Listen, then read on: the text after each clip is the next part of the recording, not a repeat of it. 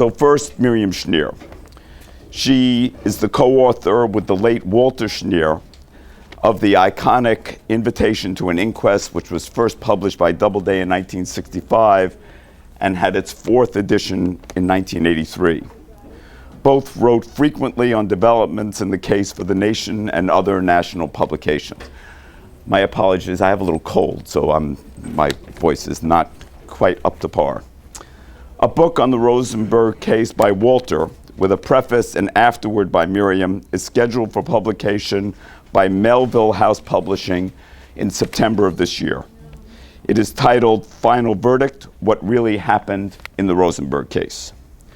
Miriam is also the editor of two anthologies, Feminism, The Essential Historical Writings, first published by Random House and Vintage in 1972, and the last edition by Vintage in 1994. And also, she is editor of Feminism in Our Time, The Essential Writings, World War II to the Present. She is presently working on a book that deals with the history of women. Miriam Schneer. Could we ask everybody to shove over in their chairs to the left, and then if chairs on the outside can be brought in, then we'll have more seats.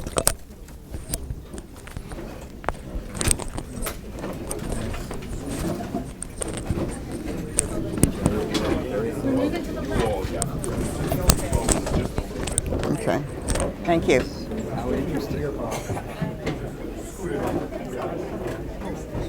Okay, Miriam, Okay. you're on. All right. Well, I've been asked to keep this to 12 minutes, and I think if I talk fast, I can actually do that. But please let me know if you can't hear me. Would you rather have me standing? Well, it's a little complicated because I'm wired here, but We'll help. Take the wire with you. Hope this isn't counting in the 12 minutes. no. The media reported two major new developments in the Rosenberg case in 2008. The first was that the government took the unusual step of releasing grand jury testimony. And Robert and Michael Mirapol are going to speak more about that. The second was that Morton Sobel, after maintaining for decades his innocence, told a New York Times reporter that he had passed information to Soviet agents in the 1940s. When the reporter asked Morty if he was in fact a spy, Morty said, "Yeah, call it that. I never thought of it as that in that way." What I want to do today is to share with you some of my thoughts about Sobel's late life confession. My perspective is rooted in my own long association with the case and my long association and friendship with Morty. It seems to me appropriate to talk about this here in a gathering of leftists because some of you, I think, have felt uncertain, maybe even angry about Sobel's long-term deception of supporters and political allies. But first, a little background for those who may not know it. In 1950, Sobel, a 33-year-old engineer, was charged with conspiracy to commit espionage. He was tried jointly with his friends, Julius and Ethel Rosenberg, and all three pleaded not guilty. The case against him was weak. Only one witness connected him to the espionage conspiracy. There was no charge of atomic espionage connected with him at all. Nevertheless, he was an important figure in the government's case. For one thing, the government couldn't put up a conspiracy trial that consisted of all chiefs, the Rosenbergs, and no Indians, and Morty was the stand-in for the missing spy ring. Also, he was apprehended in Mexico. He claimed the trip was a family vacation. The authorities said he was fleeing arrest. Anyway, the flight story gave the government's case a certain cloak and dagger panache that it was really lacking in every other respect.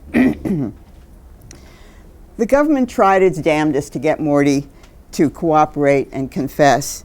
J. Edgar Hoover secretly recommended that he be given a death sentence. Judge Irving R. Kaufman sentenced him to 30 years, the maximum prison term permitted by the statute.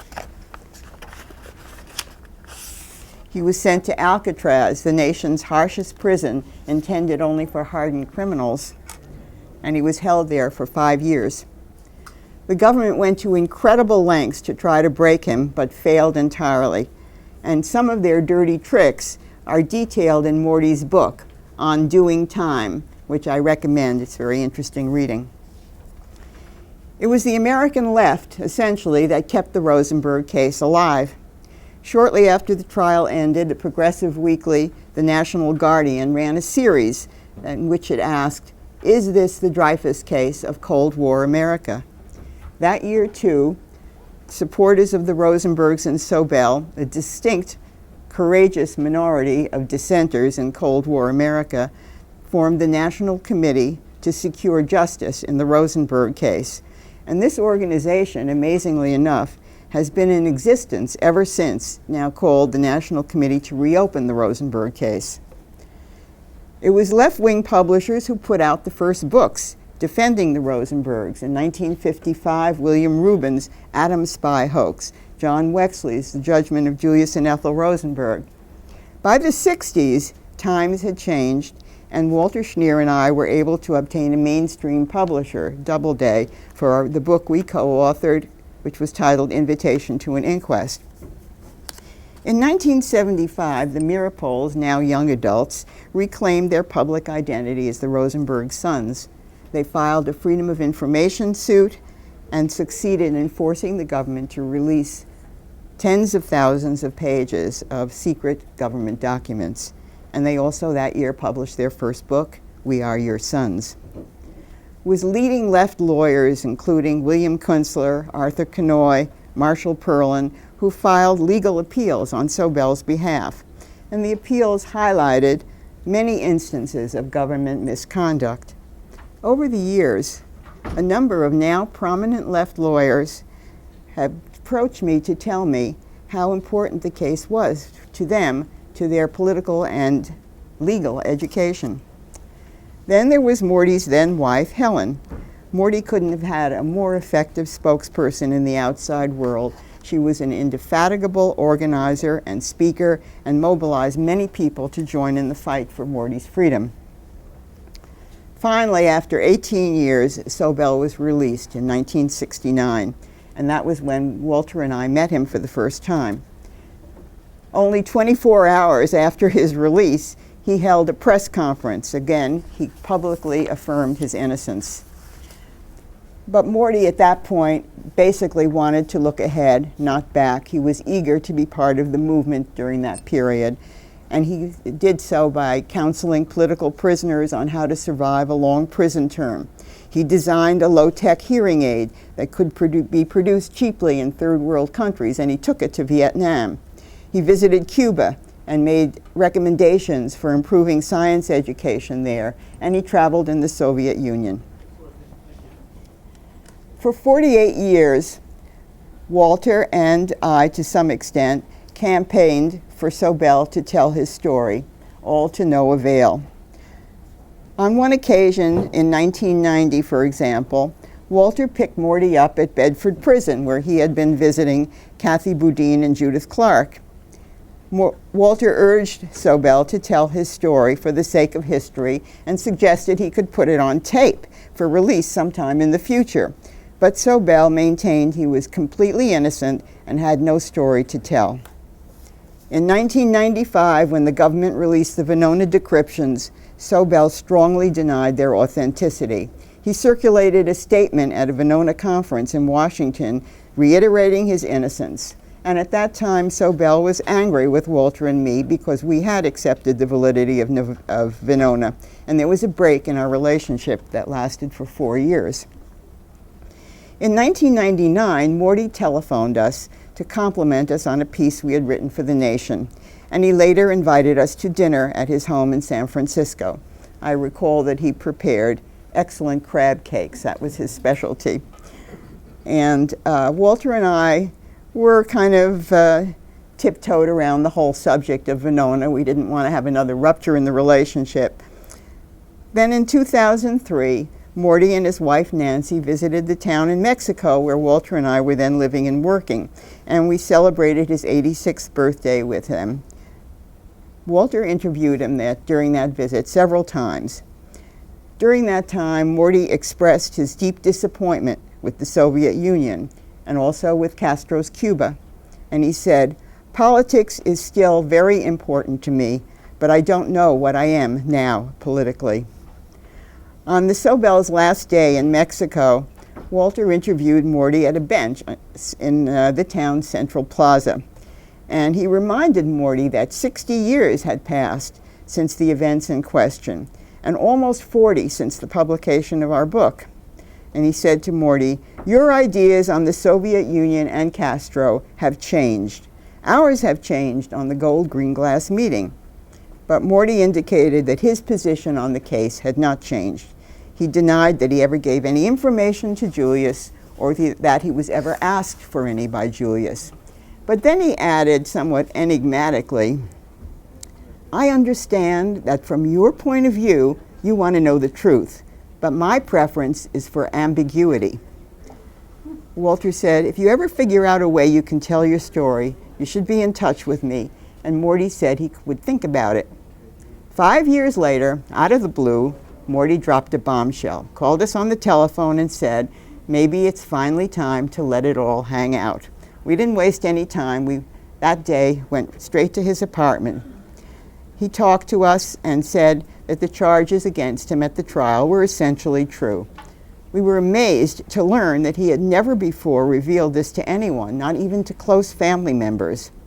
We interviewed him a number of times in the next month or two, filling in details.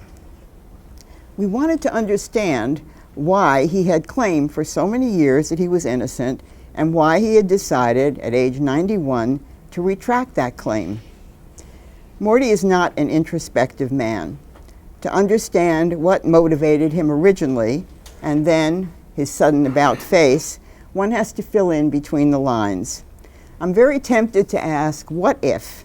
What if he had confessed at the time of his arrest and had implicated Julius and Ethel? But speculation is pointless. Besides, Morty could never have done that. Besides, based on everything he told us, one thing to me seems clear. From the beginning, Julius and Ethel had set the terms of the fight. Since they insisted that they were completely innocent, he could not do otherwise. If he had, he would have been playing right into the government's hands. He would have essentially been an informer. He could not betray either the Rosenbergs or anyone else involved, though it certainly would have meant a lesser, conceivably even no, sentence for himself. In addition, he refused to allow the government to use him to harm the left. To be true to his political principles, he had to deny any involvement in spying. Moreover, he believed that he was morally innocent, since the equipment about which he had supplied information to the Russians was, in his opinion, strictly defensive. However, that belief, of course, had no significance whatsoever in a conspiracy trial. What had changed in 2008? Most important, Morty no longer felt the same allegiance to the Soviet Union. Also, those people that he had sought to protect, his friends, comrades, and college classmates who had been part of the spy network, and that would have included Julius and Ethel, Joel Barr, William Pearl, they had all died. Finally, scholars and historians and people in general, including many leftists, had come to accept the idea that Julius had supplied information to the Soviet Union and had recruited others to help. Therefore, Morty concluded that admitting his own role at this time would not have a meaningful impact on public opinion. He told us that he wanted us to write an article revealing his new position, but he did not want it to be a confession.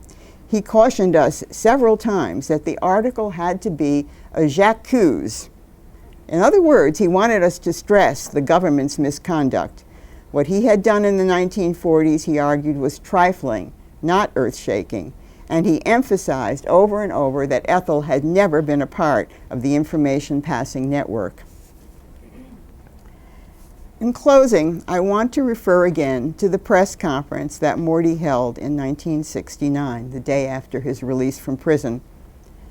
Reporters there asked him what advice he would give to defendants in the political trials of that day, in other words, in the late 60s. His answer, I think, reveals a great deal about the predicament in which he found himself. He told the reporters that all defendants have to make their own decisions, and it would be presumptuous, he thought, for him to advise them. But then he added, "I can tell them this. Once they are embarked upon the path they've chosen, they're going to have to go further than they ever dreamed." And Sobel walked that path. That's it.